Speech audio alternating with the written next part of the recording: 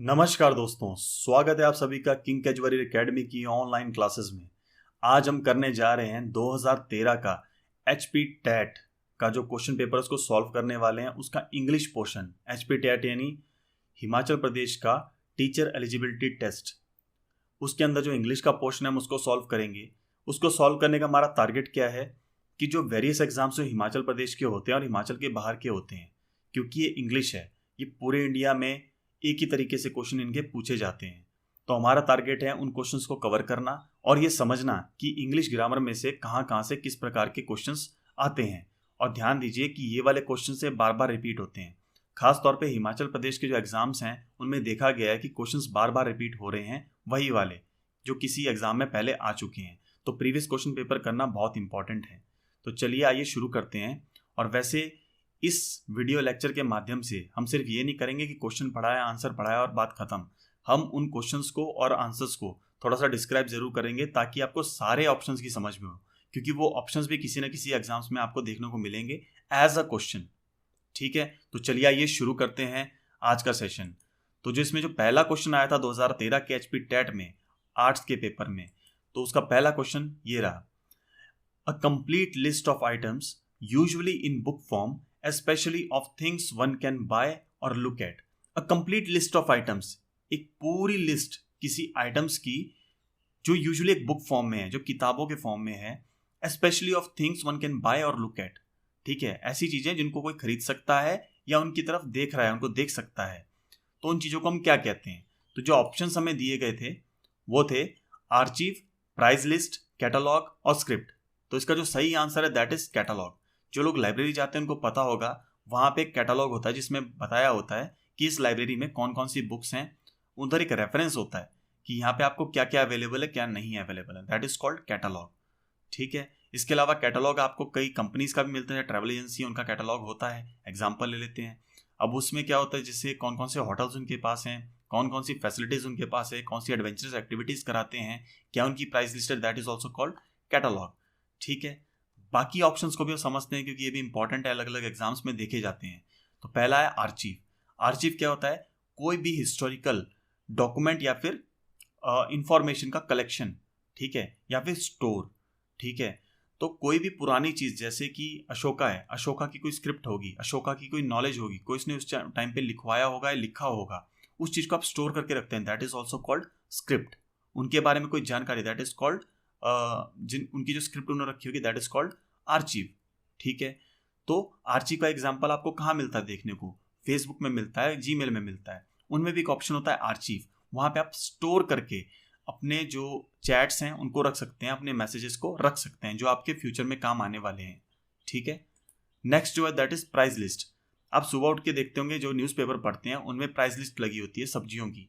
एक तरफ सब्जी का नाम है, एक तरफ प्राइस है कि टमाटर आज 50 रुपए किलो है, आज मटर 100 रुपए किलो है, that is called price list. आप मेन्यू देखते हैं रेस्टोरेंट में जाके, उसमें कॉफी के आगे उनका रेट लिखा होता है, टी के आगे उनका रेट लिखा होता है, that is also called price list. Next है स्क्रिप्ट। स्क्रिप्ट क्या होता है? एक वेल प्लान स्टोरी। आपको पता होगा जब एक एक्टर के पास मूवी आती है तो उसकी स्क्रिप्ट साथ में आती है। जब वो स्क्रिप्ट पे साइन करता है कि हाँ मुझे स्क्रिप्ट पसंद है, तो उसको वो मूवी मिलती है। स्क्रिप्ट होती क्या है? उस मूवी की एक वेल प्लान स्टोरी, कि उसमें आप हीरो रहने वाले हैं, विलन रहने वाले हैं, क्या बनोगे और उस स्टोरी कैसे कैसे चलेगी, तो that is called a script. ठीक है, नेक्स्ट जो क्वेश्चन है, a holy book, sacred writing of a religion. कोई भी पवित्र किताब या पवित्र लेख, ठीक है, या तो कोई पवित्र किताब या कोई पवित्र लेख, उस रिलीजन के, किसी भी रिलीजन के बारे में कोई पवित्र लेख लिखा हुआ है, दैट इज ऑल्सो कॉल्ड आपका क्या कहा, सॉरी वो कहते क्या है, तो वो ऑप्शन में आएगा। ठीक है, तो ऑप्शंस क्या है हमारे पास? Stricture, scripture, biography, magnum opus. ठीक है, तो जो इसका सही आंसर है दैट इज स्क्रिप्चर। किसी भी धर्म या किसी कल्चर के बारे में लिखी हुई कोई पवित्र चीज, दैट इज कॉल्ड स्क्रिप्चर। अब इसमें जो अदर ऑप्शंस हैं, पहला है स्ट्रिक्चर। स्ट्रिक्चर क्या होता है? स्ट्रिक्चर होता है एक सेंसोरियस रिमार्क। मूवीज की बात करते हैं फिर से। मूवीज में क्या होता है, जो थोड़े से ऐसे सीन होते हैं जो बच्चे नहीं देख सकते हैं या पब्लिक में नहीं आने चाहिए, उनको काट दिया जाता है। सेंसर बोर्ड उसके ऊपर कैंची चला देता है, दैट इज सेंसोरियस। ओके, और जैसे कोई गाली गलौज है उसको भी काट देते हैं। ठीक है, वहां पे बीप लगा देते हैं। ठीक है, दैट इज कॉल्ड सेंसोरियस, यानी कि निंदात्मक शब्द या निंदात्मक बातें या निंदात्मक किया हुआ कोई काम, दैट इज कॉल्ड स्ट्रिक्चर। ठीक है, नेक्स्ट आता है आपके पास बायोग्राफी। तो बायोग्राफी कर रहे हैं तो उसके साथ साथ ऑटोबायोग्राफी भी कर लेते हैं। एक होती है बायोग्राफी, एक होती है ऑटोबायोग्राफी। बायोग्राफी क्या होती है? जब मान लीजिए आपके बारे में, मैं आपका फ्रेंड हूँ, मैं आपको बचपन से जानता हूँ, मैं आपकी जीवनी, हिंदी में इसको जीवनी कहते हैं, बचपन से लेके आपकी पूरी लाइफ की जो ट्रैवल होती है, कब पैदा हुए, कहाँ पढ़ाई की, कॉलेज कहाँ गए, जॉब कहाँ की, लाइफ में क्या क्या किया, दैट इज कॉल्ड बायोग्राफी। अगर वो मैं आपके बारे में लिख रहा हूँ, लेकिन अगर मैं अपने बारे में अपनी स्टोरी लिख रहा हूँ शुरू से एंड तक, या फिर आप अपनी स्टोरी लिख रहे हैं, अपनी लाइफ की जीवनी लिख रहे हैं, तो दैट मीन्स ऑटोबायोग्राफी। नेक्स्ट लेते हैं, that is magnum opus. Magnum opus क्या होता है? मैग्नम ओपस होता है किसी भी इंसान की लाइफ का बेस्ट काम। इसको ज़्यादातर आर्टिस्ट की फॉर्म में लेते हैं, जैसे कोई आर्टिस्ट है, उसकी ज़िंदगी की बेस्ट किताब, बेस्ट ड्राइंग, उनको बोलते हैं मैग्नम ओपस। कोई एक्टर है, उसकी लाइफ की बेस्ट फिल्म, उसको कहेंगे मैग्नम ओपस। किसी क्रिकेटर का बेस्ट स्कोर, जैसे रोहित शर्मा है, उसका बेस्ट स्कोर 200 से ऊपर जाने वाला पहला आदमी था, वो जो उसने स्कोर बनाया है, दैट इज उसका मैग्नम ओपस। ठीक है, नेक्स्ट आता है स्केर्ड। मैंने स्केर्ड यहाँ पे इसलिए लिखा है क्योंकि जो क्वेश्चन है उसमें सैकर्ड है। सैकर्ड और स्केर्ड में सिर्फ ए का फर्क है। सैकर्ड में ए पहले आता है, सी बाद में आता है। स्केर्ड में सी पहले आता है, ए बाद में आता है। बहुत लोग कंफ्यूज होते हैं। एक है सैकर्ड, सैकर्ड यानी पवित्र, लेकिन स्केर्ड यानी डरा हुआ, फ्राइटन्ड। ठीक है, तो ये फर्क है, इसका ध्यान दीजिएगा, एग्जाम्स में आते हैं अलग अलग टाइप से। नेक्स्ट है one who takes part in sports और अदर एक्टिविटीज फॉर प्लेजर। कोई ऐसा इंसान जो स्पोर्ट्स या किसी और एक्टिविटी में अपने मजे के लिए, एंजॉयमेंट के लिए उस चीज को ज्वाइन करता है, ठीक है, या उसमें पार्ट लेता है, भाग लेता है। ऑप्शन है प्रोफेशनल, मर्सिनरी, अमेच्योर और अरिस्टोक्रेट। इसमें जो आंसर है दैट इज अमेच्योर। ठीक है, एक ऐसा इंसान, जैसे आपने देखा होगा, एग्जाम्पल लेते हैं, जैसे स्पोर्ट्स पर्सन है हमारे, ठीक है, वो क्या करते हैं, वो खेल रहे हैं। जैसे नीरज चोपड़ा है, उसने गोल्ड मेडल लिया, किसके लिए? कंट्री के लिए लिया, अपने लिए लिया, अपनी फैमिली के सम्मान के लिए लिया, अपनी कंट्री के सम्मान के लिए लिया। उसने उसके लिए पैसे नहीं लिए, मुझे पैसे दो तब मैं खेलूंगा। हालांकि जीतने के बाद पैसे मिलते हैं, वो बात अलग है, वो as a gift, as a prize मिलते हैं, लेकिन उसने पैसे के लिए नहीं खेला। ठीक है, उसने सम्मान के लिए खेला, कंट्री के लिए खेला, दैट इज कॉल्ड अमेच्योर। ठीक है, विजेंद्र सिंह है, उसने भी बॉक्सिंग में जो मेडल्स लाए इंडिया के लिए, तो उन्होंने क्या किया? अमेच्योर थे वो। ठीक है, सुशील कुमार, बड़े बड़े प्लेयर्स हैं। एग्जाम्पल लेते हैं, नेक्स्ट जो ऑप्शन है वो देखते हैं, प्रोफेशनल। प्रोफेशनल क्या होता है? One who gives the best service, अपनी बेस्ट फर्स्ट सर्विस देता है मनी के लिए। अब विजेंद्र सिंह जी ने क्या किया है, वो चले गए हैं किसी क्लब की तरफ से खेलने, जो कंट्री को तो रिप्रेजेंट कर ही रहे हैं, लेकिन उनके क्लब को पहले कर रहे हैं, उनके क्लब से वो पैसे ले रहे हैं हर फाइट के। जहाँ पे फाइट करने जाएंगे उस ऑर्गेनाइजेशन से पैसे लेंगे, फिर खेलेंगे, that is called professional.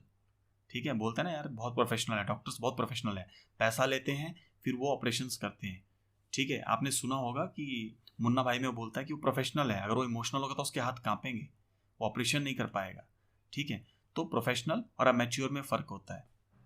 Next है मर्सिनरी। मर्सिनरी क्या होता है? जिसके लिए पैसा सब कुछ है, सिर्फ पैसे के लिए वो कुछ भी कर सकता है, एनीथिंग। तो इसको आप नेगेटिव सेंस में भी ले सकते हैं। जैसे कुछ लोग क्या करते हैं, एक कंट्री से दूसरे कंट्री किसी को मारने जाते हैं पैसा लेके, those also comes in Mercenaries, क्योंकि उनका टारगेट सिर्फ पैसा होता है, उनकी उस इंसान से पर्सनली दुश्मनी नहीं है, मैंने उनको पैसा दिया, जाओ उसको मार, that is also called mercenary.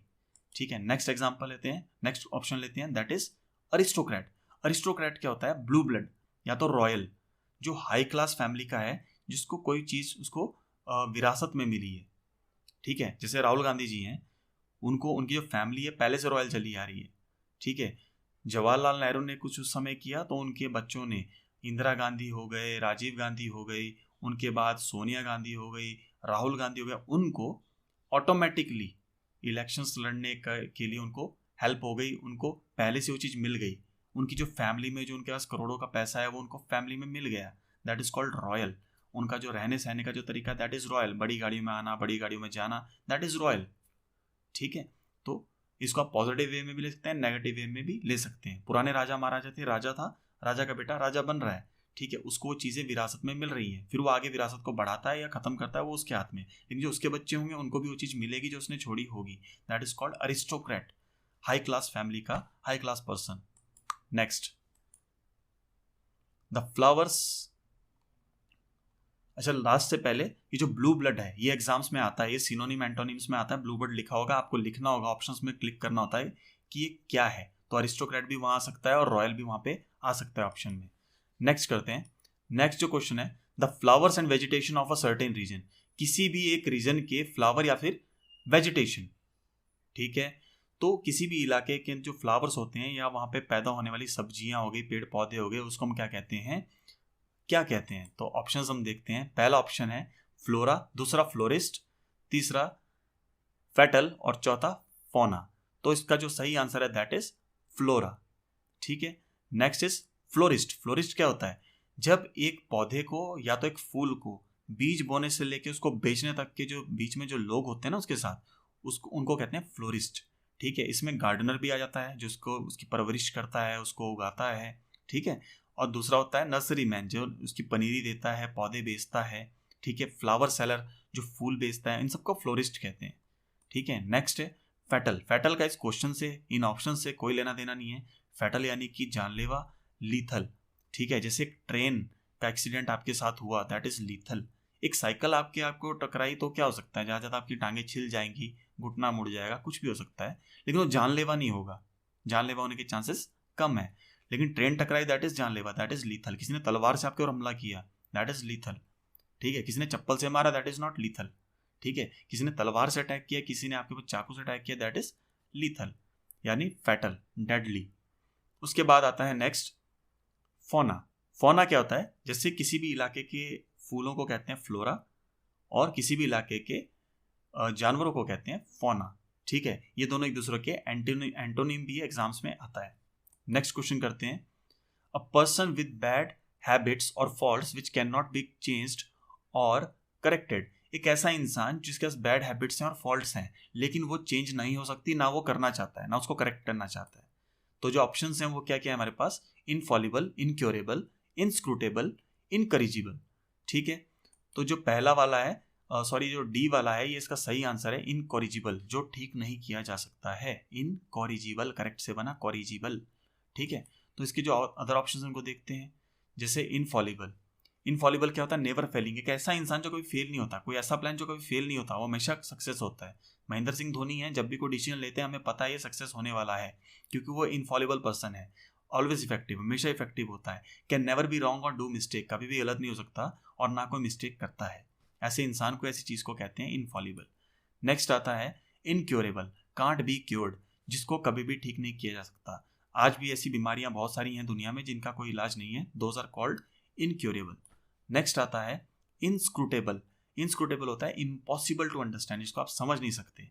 Example लेते हैं, जैसे हड़प्पा संस्कृति है, उनकी जो लिपि है, ठीक है, उसको आप क्या कर सकते हैं, आपने उसको आइडेंटिफाई किया, आपने कहा है कि हाँ इसको ये कहते हैं, ठीक है, आप उसको आइडेंटिफाई कर सकते हैं, ये हड़प्पा संस्कृति की बोली है या लिखी हुई स्क्रिप्ट है। लेकिन आप आज तक उसको क्या हुआ है, उसको डिकोड नहीं किया जा सका, उसको समझ नहीं सके आज तक, ठीक है। वैसे मान लीजिए कि आपकी राइटिंग है जिसको टीचर नहीं समझ पा रहा, that is also called inscrutable. कोई इंसान है वो बहकी बहकी बातें कर रहा है, आप उसको समझ नहीं पा रहे हैं, दैट इज इनस्क्रूटेबल। अगर आपको मेरा लेक्चर समझ नहीं आ रहा है तो दिस लेक्चर इज इनस्क्रूटेबल, ठीक है। Next, blue whale is the biggest mammal, biggest in is a dash degree of comparison. इसको ध्यान से समझना। इसका जो पहला सेंटेंस है ब्लू व्हेल, मैंने आपको जो ग्रामर कराई है आप प्लीज उसको देख लीजिए, ठीक है, उससे ये सब कुछ। ब्लू व्हेल क्या होती है, नाउन है। नाउन इज हो गया वर्ब। नाउन क्या है, द बिगेस्ट मैमल, द हो गया आपका आर्टिकल, बिगेस्ट मैमल, मैमल हो गया नाउन। मैमल कैसा मैमल, बिगेस्ट मैमल। तो नाउन की जो विशेषता प्रकट करे कैसा है, बिगेस्ट, तो वो हो गया एडजेक्टिव। अगर पूछा होता कौन सा पार्ट्स ऑफ स्पीच है तो आता एडजेक्टिव, लेकिन इसने पूछा है डिग्री ऑफ कंपैरिजन कौन सा है, तो एडजेक्टिव में डिग्री ऑफ कंपैरिजन्स होते हैं। पहले ऑप्शंस देख लेते हैं, अब करते हैं डिग्री ऑफ कंपैरिजन्स। एडजेक्टिव में 3 डिग्री ऑफ कंपैरिजन्स होते हैं, पॉजिटिव, कंपैरेटिव और सुपरलेटिव, ठीक है। पॉजिटिव होता है जब हम किसी एक इंसान की बात कर रहे हैं, किसी एक चीज की बात, उसी के बारे में बात कर रहे हैं। कंपैरेटिव होता है जब हम 2 की बात कर रहे हैं। सुपरलेटिव हम 2 से ज्यादा की बात कर रहे हैं, वो 3 भी हो सकता है, 300 भी हो सकता है, 3 लाख भी हो सकता है, ठीक है। उसके एग्जांपल्स देखते हैं, आपने पढ़े होंगे, small, smaller, smallest, fit, fitter, fittest, ठीक है। अब देखिए एग्जाम्पल लेते हैं, जैसे मैं बात करूं आपके बारे में, यू आर फिट, आप फिट हो, ठीक है, तो मैंने एक की बात की।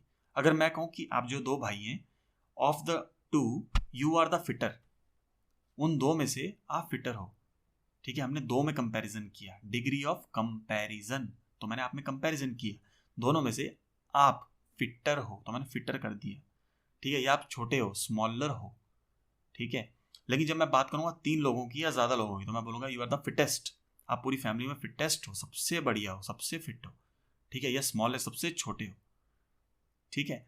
तो उसी तरीके से क्या आएगा, ब्लू व्हेल बिग है, ब्लू व्हेल दो व्हेलों में बिगर है, ब्लू व्हेल सभी मैमल्स में बिगेस्ट है, तो कौन सी डिग्री है ऊपर देखिए, सुपरलेटिव, तो इसका आंसर आएगा सुपरलेटिव डिग्री, ठीक है, शॉर्ट फॉर्म में एस्ट वाले सारे सुपरलेटिव डिग्री हैं।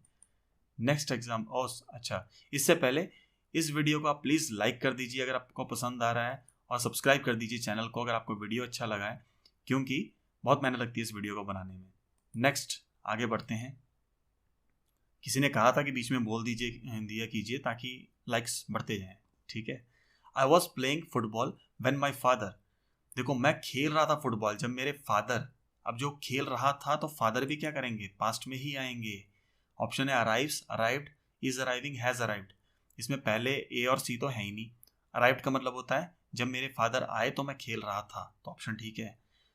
मेरे फादर आ चुके थे जब मैं खेल रहा था, सेकंड वाला is not good, that is perfect, past perfect tense, उससे बेटर है अराइव्ड, ठीक है, तो ऑप्शन बी। नेक्स्ट आता है the patient dash before the doctor came, patient को क्या हुआ डॉक्टर आने से पहले, हैड डाइड, जो ऑप्शन डी है, पेशेंट मर चुका था जब तक डॉक्टर आया, ठीक है, तो डॉक्टर के आने से पहले का इंसिडेंट है, दैट मीन्स वो पास्ट टेंस में है, ठीक है, और वो चुका था, मर चुका था, तो चुका था आता है आपका हैड डाइड में। नेक्स्ट आता है, इसके लिए हम टेंस करेंगे, टेंस का सेक्शन जरूर देखिएगा, ठीक है। Next, I dash so tired that I dash hardly stand on my feet, तो देखिए जो डबल डैश वाले तो बहुत अच्छे होते हैं क्योंकि इनका तालमेल बिठाओ तो आपको आंसर निकल आता है। तो ये दोनों चीज़ें क्या हो रही हैं, ये हो रही हैं पास्ट में, टायर्ड था, ठीक है, तो मैं स्टैंड नहीं हो पा रहा था अपनी फीट पे, तो एम तो आ गया प्रेजेंट, शाल आ गया फ्यूचर, एम आ गया प्रेजेंट, और वॉज आ गया आपका पास्ट, और कुड भी है पास्ट, बाकी का कॉम्बिनेशन ही बन रहा है, एम के साथ कुड, शाल के साथ कैन, एम के साथ शॉल नहीं बन रहा है, लेकिन वॉज क्या है पास्ट में, मैं बहुत थक चुका था, इतना थक चुका था कि मैं खड़ा नहीं हो सकता था अपने पैरों पे, तो कुड आ गया, ठीक है, तो ऑप्शन डी। नेक्स्ट करते हैं, नेक्स्ट है many people dash before the help dash, बहुत लोगों को क्या हुआ हेल्प पहुंचने से पहले, तो चलिए ऑप्शन देखते हैं। ऑप्शन डी, बहुत लोग मर चुके थे, हैड डाइड, बहुत सारे लोग मर चुके थे हेल्प पहुंचने से पहले, जब तक हेल्प पहुंची वो मर चुके थे, तो रीच्ड, ठीक है, तो ऑप्शन डी इसका आंसर होगा। Next, this matter dash in the meeting tomorrow, देखिए आपको क्वेश्चन खुद बता रहा है, इसमें टुमारो आया, टुमारो यानी कि फ्यूचर, हम देखेंगे फ्यूचर की बात, हैज बीन डिस्कस्ड पास्ट है, will be discussed, will be discussed, discuss किया जाएगा, टुमारो यानी कल, ये आंसर बिल्कुल सही है, ऑप्शन बी, ठीक है। नेक्स्ट आता है Bombay film studios dash hundreds of films each year, Bombay film studios क्या करता है, हंड्रेड्स ऑफ फिल्म्स क्या करता है, हर साल बनाता है, रिलीज करता है, कुछ ना कुछ आना चाहिए। ऑप्शंस देखते हैं क्या है, अरे बाप रे ये क्या आ गया, hang on to, turn up, carry away, makeup, ये तो ऐसे शब्द हैं कि मतलब आपको पता होने चाहिए, क्योंकि आप इन शब्दों से मतलब नहीं बना सकते, ये फ्रेज है, फ्रेजल प्रपोजिशंस हैं, ठीक है, ये लिखा कुछ और होता है, मतलब कुछ और होता है, ठीक है, तो आपको फ्रेजल प्रपोजिशन के बारे में पता होना चाहिए, फ्रेजेस के बारे में पता होना चाहिए, तो इस तरह क्वेश्चन एग्जाम में टारगेट होते हैं। तो चलिए पहले इनके मतलब देखते हैं। हैंग ऑन टू होता है टू होल्ड, टू वेट, किसी चीज़ को होल्ड करना, वेट करना, क्या होल्ड करते हैं फिल्म्स, नहीं होल्ड नहीं करते हैं, वो बना रहे होते हैं। Next, turn up, to arrive, to appear, to found, arrive कहीं पे पहुंचना, अपीयर प्रकट होना, या फिर फाउंड किसी चीज़ को फाउंड करना है या फिर उसकी इनॉग्रेशन करना, तो ये हो सकता है। अगले एग्जाम्पल्स, अगले क्वेश्चन, अगले ऑप्शंस देखते हैं। Carry away, lose self control, अपना सेल्फ कंट्रोल खोना, जैसे मान लीजिए कई बार आपको गुस्सा आता है, अपना सेल्फ कंट्रोल खो देते हैं, that is called carry away. ठीक है, नेक्स्ट मेकअप। मेकअप क्या होता है? To put on. मेकअप तो आप एक ही चीज जानते हैं, फेस का मेकअप करना। मेकअप होता है पुट ऑन, चेहरे पे कुछ और चढ़ा लेना। इसके अंदर आपके कपड़े भी आते हैं, आप नए कपड़े लेके आ रहे हो, that is also called makeup. ठीक है, टू पुट ऑन। और अगर मान लीजिए आप अपने करेक्टर को चेंज कर रहे हैं, अपने अंदर बदलाव ला रहे हैं, that is also called put on. ठीक है, कोई इंसान कैसा है वो मूवी में कोई और रोल कर रहा है, that is also called put on, that is also called makeup. ठीक है, तो इसमें जो सही आंसर है वो जो सबसे बढ़िया लग रहा है, दैट इज टर्न अप। हर साल हंड्रेड्स ऑफ फिल्म्स क्या होती हैं, फाउंड होती हैं, नई नई मूवीज इनोग्रेट की जाती हैं बॉम्बे फिल्म स्टूडियोज में।